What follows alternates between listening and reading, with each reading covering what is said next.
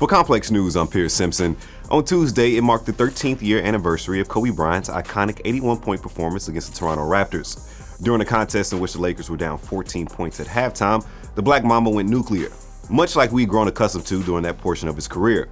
For perspective on Kobe's remarkable game, during the 2005-2006 season, teams failed to score at least 81 points 206 times. Despite that deficit that I mentioned, Kobe will go 20 for 46 from the field. What makes this even more impressive is the fact that Kobe turned in 62 points in 3 quarters the month before, a performance that some suggest is better than his 81-point outing. During that game, we witnessed Kobe Bryant do things on a basketball court that very few people have been able to accomplish. His scoring barrages during that season became something of the norm. In fact, during January of 2006, he'd averaged 43.4 points for the month, which is fitting because during this NBA season, another MVP award-winning two-guard with California ties has set the league on fire himself, and that's James Harden.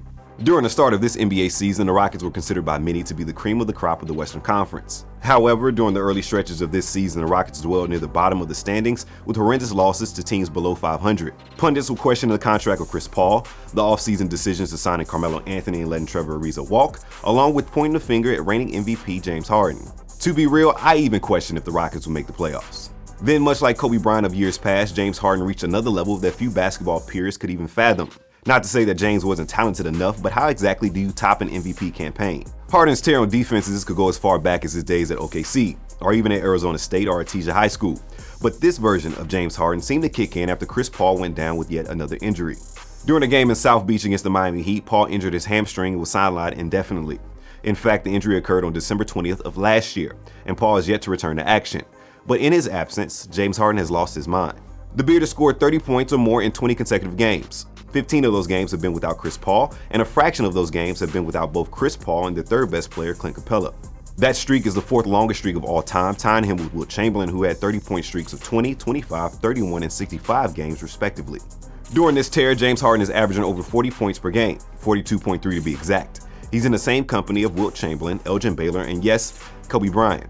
Kobe was able to average over 40 points for 23 straight games. And as Phil Jackson would describe during the late 2000s, Kobe's run was just simply bizarre. MJ wouldn't do the 50-point game sequence that Kobe did, where he just obliterated the record books. He just went out and had a hot tear, where he just tore up the league. What, he scored 10 games in a row over 50 points? It was bizarre. That moment that Phil Jackson was referring to when comparing Kobe to Mike happened during the 2006-2007 season, where Kobe Bryant would turn in 4 consecutive games with 50 points or more. While Harden hasn't been quite as prolific when it comes to the consecutive 50-point streak, he is, however, averaging 50 points per game over his last 4 contests, dropping 57 points against the Memphis Grizzlies on January 14th and 58 points the very next night against the Brooklyn Nets. He's the only player since Wilt to Stilt to have consecutive games with 55 points or more. James Harden has scored 50 points or more 4 times in the first 41 games this season. According to The Ringer in the 2010s, there's only one other instance of a player scoring 50 in more than one such game in the first half of the season, and that other person is James Harden when he did it 3 times last season. And currently, he's 6th in NBA history when it comes to the most 50-point games with 13. Mind you, he's only 29 years old. Another similarity Harden has with Kobe is that he's the first player since the Black Mamba to score 200 points in a 4-game span. Also, another crazy stat is that none of Harden's 200 points have been assisted by other teammates. During this scoring outburst, the Rockets are 14-6, resurrecting them from the depths of the Western Conference to be well entrenched in the playoff race. But plenty of basketball enthusiasts are still concerned if Harden can sustain this level of output. While Kobe's performances were spectacular both during the 05-06 and 06-07 season, both campaigns ended with first-round exits to Phoenix. During the 2017 NBA playoffs, Harden seemed to be running on fumes during their series against the San Antonio Spurs. That series went to 7 games with the Rockets losing in the end. And as Coach Mike D'Antoni will put it, he just wore out.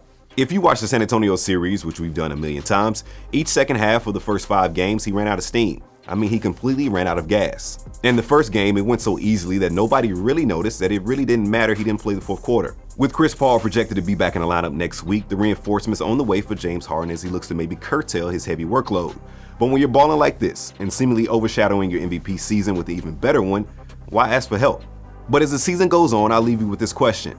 Is James Harden this generation's Kobe Bryant? It's starting to look that way.